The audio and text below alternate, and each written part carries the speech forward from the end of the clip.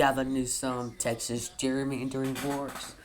I thought it would be a good time to make a updated 2028 um Democratic primary tier list. How likely I think each candidate, is to run, or if they do run, how far I could think they could get in the primaries, and also how well I think they could do in the general election.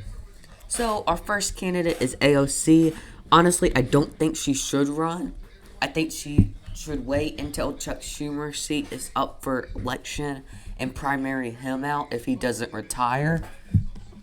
And I think she should work her way up to maybe a Senate seat, maybe governorship, but probably more like a Senate seat. So I don't think she's probably not the best candidate. Or I might move her to C tier, but for now, also I don't think she would get far in the primary due to funding issues. So for right now, I'm gonna put her in D tier. Andy Bashir, very strong candidate, can win in a red state. So I do think he would be good in swing states. Could definitely uh, could definitely swing over a lot of independent voters. He is a centrist, or I guess center left, and overall, he's a fine, strong Midwest.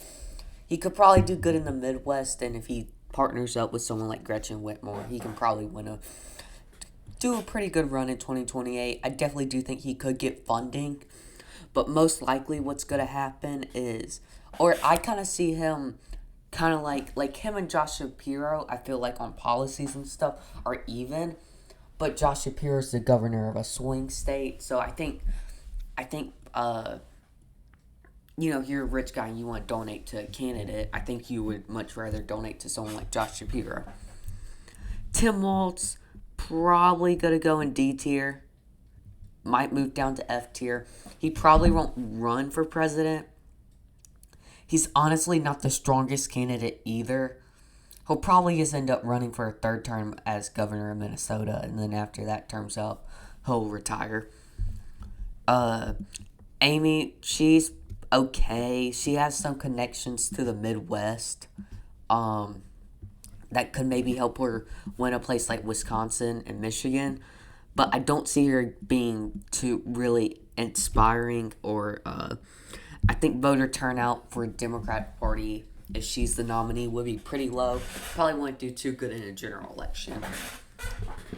Wes Moore, I'm gonna have an A tier. I think he's a very strong candidate. I feel like he's progressive enough to get I guess a true showing of young voters to come out and vote for him. I also do think he's center left enough for independent voters to still want to vote for him and probably swing over a ton of voters. And he's very popular as governor in the state of Maryland. So if he does decide to run, I do think he could do very well. Chris Murphy, probably gonna do D tier. He's another just whatever senator. He probably shouldn't run, and if he does, he'll probably drop out before the Iowa caucus even goes. Cory Booker, he's probably better than Chris Murphy, but honestly, every interview I see with Cory Booker, he seems so unauthentic. I really I don't know, I just don't like Cory Booker. He just seems like the establishment. Dean Phillips, probably D tier. Elizabeth Warner, she definitely still has like a base, but she's just too old. No one's gonna vote for her. Gavin Newsom, he's probably gonna go. Okay, yes, for right now. Okay, overall he's C tier probably, but I think for right now, due to recent events, I think he's B tier. Gretchen Whitmer, I'm gonna have high B tier. Governor of a swing state, could definitely do good in a general election, especially if she partners up with someone like Josh Shapiro or Wes Moore. Center left, Michigan definitely. Michigan by no means is doing as bad as a state like California is doing. So Republicans can't attack her for her handling of her state too much. She is bipartisan, so I really do like that about her. He's a nice centralist candidate. Probably put her, yeah. Maybe right behind Andy. Jared Poles, I'll probably put in C tier. A popular Colorado governor, but he made some comments about RFK, so the Democratic base might not like him too much. Probably can't get too far in a primary. But in general, I think he could hold up. JB Pritzker, he's probably going to be D tier, right behind. I mean, he's got a ton of money. He's a multi-billionaire, so he could definitely put up a good fight, but I don't see him getting past, he's not, primary happen. And some more progressive states like New Hampshire, he's not going to do well in New Hampshire. I don't see him doing well in a crowded field in Iowa either.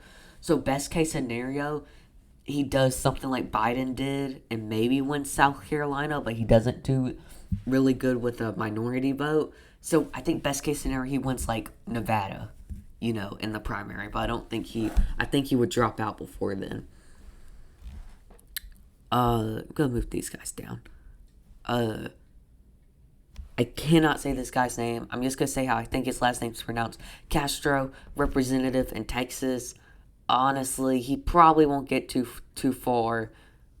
Maybe slightly above Tim Walz. He's kind of like an Congress member. John Ossoff, I don't think should run at all. Keep that Georgia Senate seat. I don't think the Democrats would want him to run. Also, we also seen if he goes against any strong Republican candidate, like Brian Kemp, Glenn Youngkin, Marco Rubio, get stronger Republican candidates, he'll probably lose. John Fetterman, F tier. I don't think he should seek higher office. Oh my gosh. Dog. Since when did they have these pop-up ads? Probably F tier. Josh Shapiro. I think I'm gonna have him in A tier with Wes Moore. Center-left Democrat. In a general election would do really good since he's governor of Pennsylvania. All around, just a nice, solid candidate. No complaints about Josh. Probably D tier. Kathy, probably F tier. Just won't inspire anyone. Mark Kelly, he's probably C tier. As we see, he wins in Arizona, which is very nice. But honestly, I don't know if he has enough experience. He's only been in Senate for 2 years. 2 to 4 years, I believe. I mean, I guess he will have been in, I don't know. Probably couldn't get too much donor support. He's not the best public speaker. Michael Bloomberg, don't run, Michael. Nina Turner, probably D tier. I mean, she could maybe represent the progressive vote a little bit better than most of these other candidates, but she's probably going to have a hard time with funding. Kamala Harris, probably C tier. I don't think she will run, but honestly, she probably will have some pretty low turnout for the Democrats if she does become the nominee. Honestly, she's probably worse than Tim Walz. Pete Buttigieg, I'll probably put in C tier. He's not the best. He has ties to Michigan, which could help him with a swing state. But as we saw, Secretary of Transportation, a lot of people thought he did a disaster under that. Not saying Trump's administration is doing any better, but he is easily attackable. And now he's not going to be doing anything for the next 4 years. And I wish he would have just ran for the Senate seat in Michigan or the governorship. That would have been so easy for him to win. Phil Murphy, just an uninspiring governor of New Jersey. Ro Khanna, I honestly think Ro Khanna, if they're going to have a progressive run, it should probably be Ro Khanna. AOC's time can come later. Maybe 2036 or something. He's probably a little bit better than Mark Kelly and Pete Buttigieg. Probably better than Jared Poles. He could definitely represent the progressive vote very well. And he's a nice public speaker. He goes on podcasts all the time. He's definitely getting his name out there. Definitely helps. Ralph Warnock. I think he's a good senator. I don't know how he would do on a presidential stage. He doesn't really get his name out there enough. I mean, maybe in the future I'll move him up to C tier, but right now he's probably D tier. Roy Cooper. Honestly, Roy Cooper's just way too old at this point. He can be a senator for a little bit, but by 2028, what would he be? I think he's gonna be 72 by 2028, and then that one means he was 70. Yeah, honestly, I think Democrats definitely need a move like for someone 60 or younger. Roy Cooper, he's definitely better than Kamala Harris, I would say. Maybe D tier, but still overall a good like senator or governor candidate. Ruben Galileo, a young candidate, won in the swing state, definitely does good, but I don't think he should run. He's probably C tier for me, obvious. Tammy Baldwin, probably D tier, unexpiring senator that does nothing Democratic establishment. Probably worse than Oswald, probably like Chris Murphy level. Mark Cuban, I think, could be good, honestly. He is progressive, definitely has the money to do it. Honestly, I think he would be good. Mark Cuban's probably B tier. And then these other people, I don't know enough about to give them a accurate rating, so I'm just going to put them in the who category. But right now I have no S tier candidate for the Democrats.